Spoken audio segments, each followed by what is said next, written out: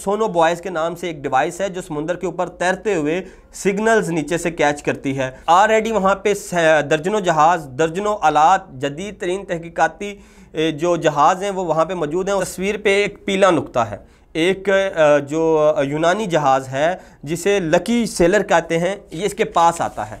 एक और जहाज़ जो ग्रीस की कोस्ट गार्ड का है, फेथफुल वॉरियर, ये जहाज़ भी वहाँ पे उसके आसपास ही घूमता रहा है। अस्सलाम वालेकुम, मैं हूँ यासिर जलाल, आप देख रहे हैं आपका अपना फेसबुक पेज और यूट्यूब चैनल। पंजाबी की एक कहावत है, माड़े दी मर गई मां ते कोई नहीं लैंदा नाम, तगड़े दा मर गया कुत्ता ते पिंड पूरी रात नहीं सुता। ये कहावत तबकाती तकसीम को वाज़िया करती है। कहा यह जाता है कि ये तबकाती तकसीम शायद तीसरी दुनिया के लोगों का मसला है, लेकिन ये मसला यूनिवर्सल है और ये मुहावरा, इसकी इम्प्लीमेंटेशन भी यूनिवर्सल है, क्योंकि तबकाती तकसीम पूरी दुनिया में नज़र आती है और हालिया 2 वाक़यात ने इसको मज़ीद वाज़िया कर दिया है। एक तरफ टाइटन सबमरीन का हादसा है जो लापता हो चुकी है और दूसरी तरफ 700 से ज़ायद तारकीन वतन की कश्ती डूबने का मामला है। अगर आप इन दोनों वाक़यात को देखें तो ये वाक़यात वाज़िया करते हैं कि इस दुनिया में तबकाती तकसीम कितनी मजबूत है, दुनिया का दोहरा मेयार है।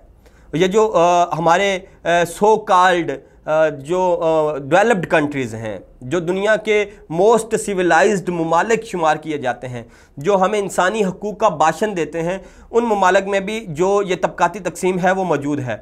जो कश्ती डूबी वो भी दुनिया के अमीर तरीन ममालिक के करीब डूबी, और जो सबमरीन डूबी वो भी अमीर तरीन ममालिक के करीब डूबी। लेकिन इन दोनों वाक़यात को लेकर दुनिया का जो रद्द अमल था और वो वाज़िया करता है कि तबकाती तकसीम कितनी मजबूत है इस दुनिया के अंदर।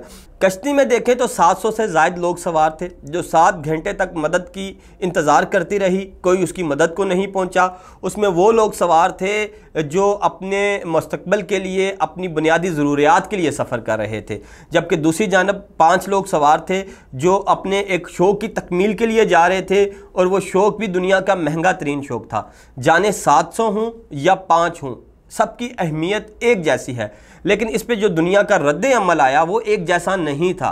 700 लोगों पर जो मीडिया कवरेज मिली वो वैसी नहीं थी जो 5 लोगों को मीडिया कवरेज मिल रही है। 700 लोगों के लिए जो ऑपरेशन किया गया, सर्च ऑपरेशन किया गया या रेस्क्यू ऑपरेशन किया गया, वो वैसा नहीं था जो 5 लोगों के लिए रेस्क्यू ऑपरेशन किया जा रहा है। मैं आपको रेस्क्यू ऑपरेशन की कुछ तफसीलात देता हूँ और आपने खुद देखना है कि इस दुनिया में तबकाती तकसीम जो है वो कितना बड़ा मसला है, और इस मसले को ख़त्म करने के लिए शायद किसी सतह पर सीरियस लेवल की डिस्कशन नहीं हो रही, लेकिन इसको पॉइंट आउट करना ज़रूरी है। अगर मैं टाइटन्स की तफसीलात ऑपरेशन की शेयर करूं तो आपको बताऊं कि इस वक्त दर्जन बर बहरी जहाज़, दर्जनों जो ऑटोमेटिक व्हीकल्स होती हैं रिमोट से चलने वाली पानी के अंदर, वो व्हीकल्स, जंगी तैयारे, और उसके अलावा यहाँ पे सोनो बॉयज़ के नाम से एक डिवाइस है जो समुंदर के ऊपर तैरते हुए सिग्नल्स नीचे से कैच करती है।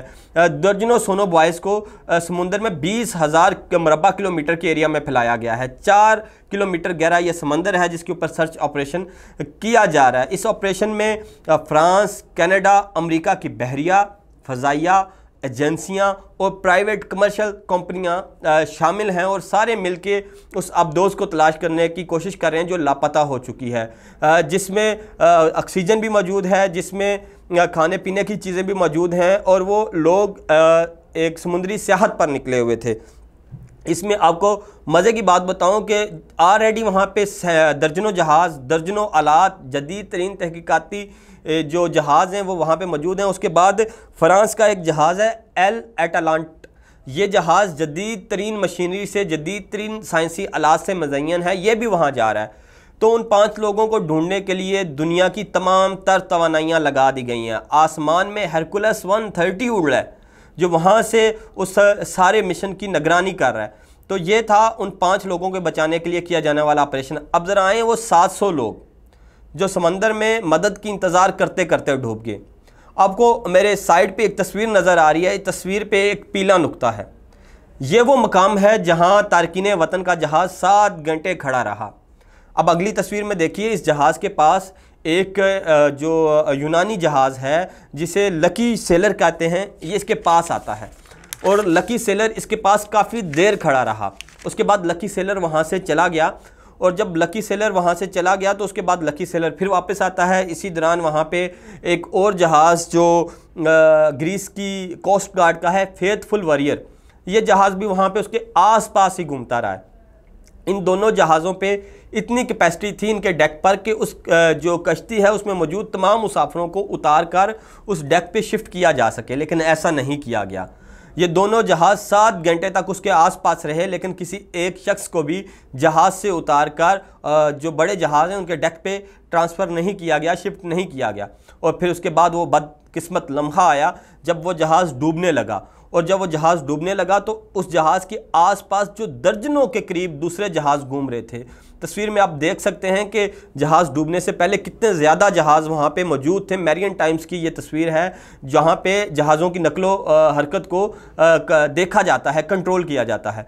लेकिन जब जहाज़ डूबता है तो उस वक्त दर्जनों जहाज़ फिर उस बदकिस्मत जहाज़ की तरफ आते हैं, कश्ती की तरफ आते हैं ताकि लोगों को बचाया जा सके, लेकिन उस वक्त तक बहुत देर हो चुकी होती है और सिर्फ चंद दर्जन लोगों को बचाया जा सकता है और बाकी लोग आज भी समुंदर की तह में कहीं पड़े हैं और उनको ढूंढने के लिए कोई रेस्क्यू ऑपरेशन नहीं किया गया।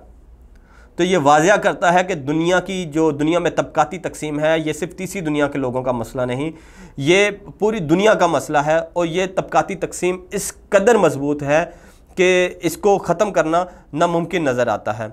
ये थी आज की वीडियो। अगर वीडियो पसंद आई तो चैनल को सब्सक्राइब कीजिए, फेसबुक पर देख रहे हैं तो लाइक और फॉलो कीजिए। मुझे इजाज़त दीजिए, अल्लाह हाफिज़।